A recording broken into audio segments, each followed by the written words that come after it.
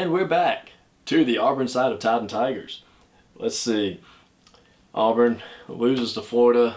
We talked about it earlier. So upsetting, but I mean, you got to lose some. We did talk about it earlier in the season.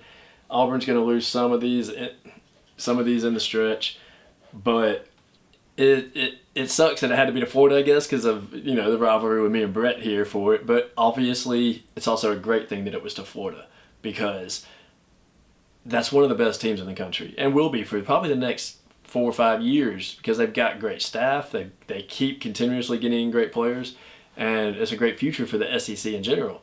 So it's a great thing that was a team that we lost to.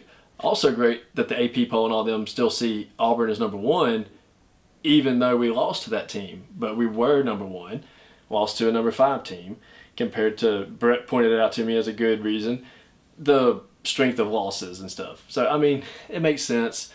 But that brings us to Alabama with number 1 and number 2.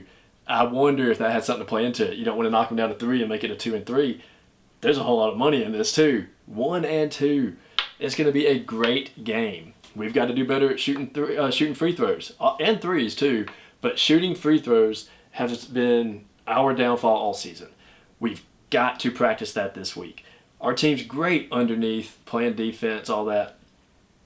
But the three-pointers, we've also got to minimize the risk of them, shoot the open ones, and have good plays to get people open for them. We've got the players to drive on everybody.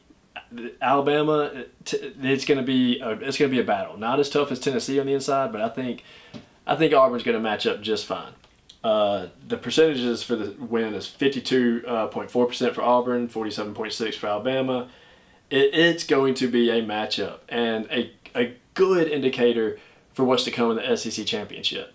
It's going to be awesome to see which team is going to excel on that side of it. But I'm just excited for this game, honestly.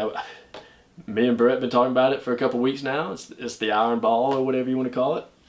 But going into Alabama and trying to beat that crowd is going to be some pressure for Auburn. They're going to have to come in mature, keep their heads on straight, and ignore the noise and ignore the stuff the players are going to be doing. They're going to be trying to draw those cheap fouls from you. What was the Friday Night Lights one? Clear eyes, full hearts, can't lose. Do that out there. We're going to need to see some other players step up again when we've got Broome leading across the thing. We had 11 rebounds last game against Florida, and the highest on their team was 10 from a player, the Alex Coran or whatever, number 21. But we need other players to step up, because it can't be Broome every week. That's how teams are going to start beating us, making us rely on him and shutting him down. We've got great players all around. It's time for y'all to step up and show the world how great y'all are.